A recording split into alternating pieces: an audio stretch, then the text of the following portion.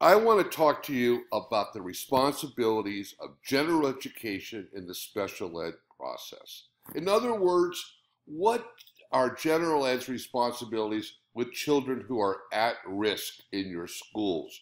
What does general education need to do before we even consider special education? And I'm only talking about high incidence disabilities like LD children, behavior children, not children with severe disabilities, because we want to deal with them right away. So what kinds of children might be at risk in your classrooms? Well, children who are low income, children who come from poverty, children who are diverse culturally from the other children. I think of the Somalian population in Lexington. Children who are English language learners.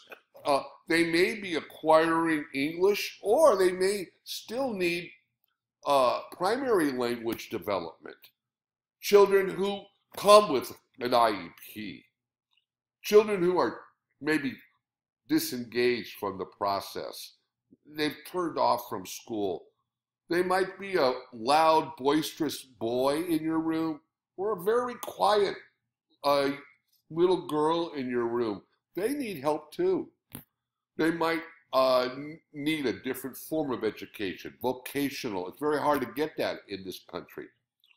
Or they might be a part of a group of children who are really disenfranchised, the children who are high ability learners or gifted children who the literature really shows are not made to feel welcome in typical general education classrooms.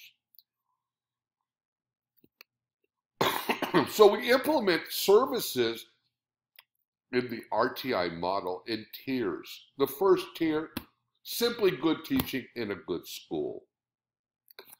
Collaboration amongst grade levels. The second tier, research-based interventions that are used by general education to help children. And then if those don't work, we go to tier 3, traditional special education.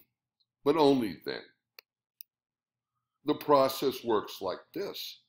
A teacher refers a student they're having difficulty with, they want to help, to the problem-solving team, to the RTI team.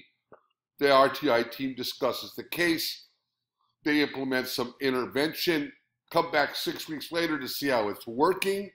If not working well, they change it or tweak it, come back in another 6 weeks. And only then we might consider special education. The problem-solving method works like, what is the problem? Why is it happening? What are we going to do about it? And is it working, what we do about it? A constant cyclical process. And the problem might be the child. The child might have an academic problem or behavior problem. Or it might reside within the classroom, the teacher, poor classroom management skills, poor homework practices. It might be a building problem, a bullying problem, or an attendance problem in the building. Or there could be a district problem like overrepresentation. Or, ironically, also with the same ELL population, underrepresentation. Because some bilingual programs are hesitant to refer children to general education. They want to try themselves to help the child. The problem might be something common to students in the building or the school or the district. And tier 1 expectation is that if we do tier 1 correctly, good teaching, good collaboration, we can solve 80% of the high incidence problems. We want to make sure the child's in an effective learning environment. We want to make sure that the problem is in attendance. We want to make sure that we can focus on areas that are needed for that child and keep track of how the child is doing. This is now general ed's responsibility as well. We want to use good tier 1 strategies like differentiated instruction, a big deal. Peer tutoring, cross-age tutoring, sharing amongst grade levels with mixed grade grouping, requiring collaboration and administrative support. Sometimes we work one-on-one with the child. We hold parent training for parents to help them become better school parents. We have behavioral reward system.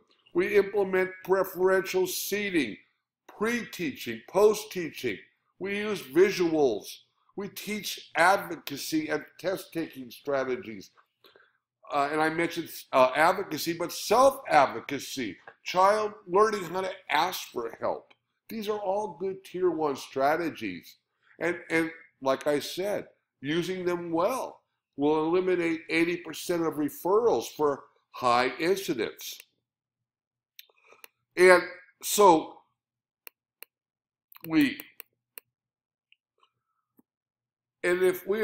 tier 1 doesn't quite do it, we need to implement good tier 2 interventions.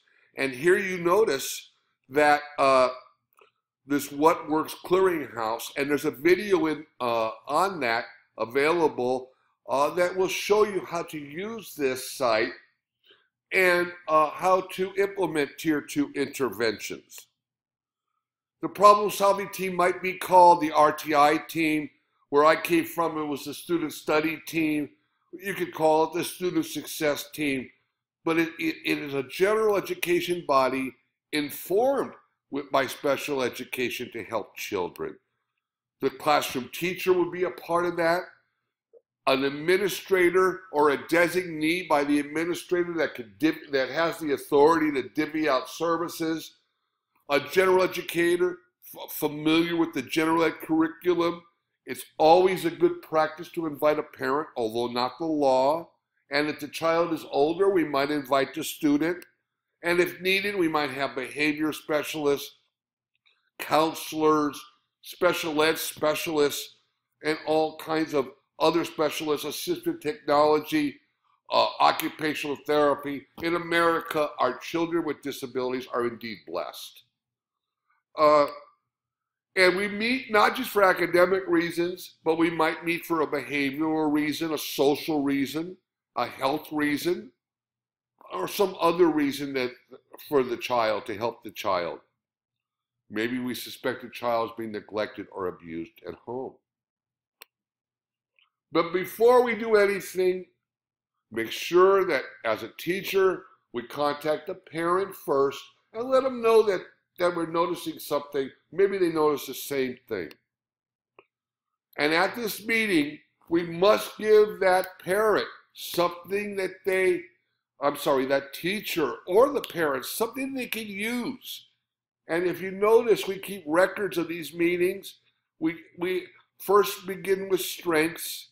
We identify areas of concern. We ask important questions. And then we offer solutions. And you notice some of the tier 1 solutions right here. I hope this helps you to understand general education's responsibilities in the special ed process.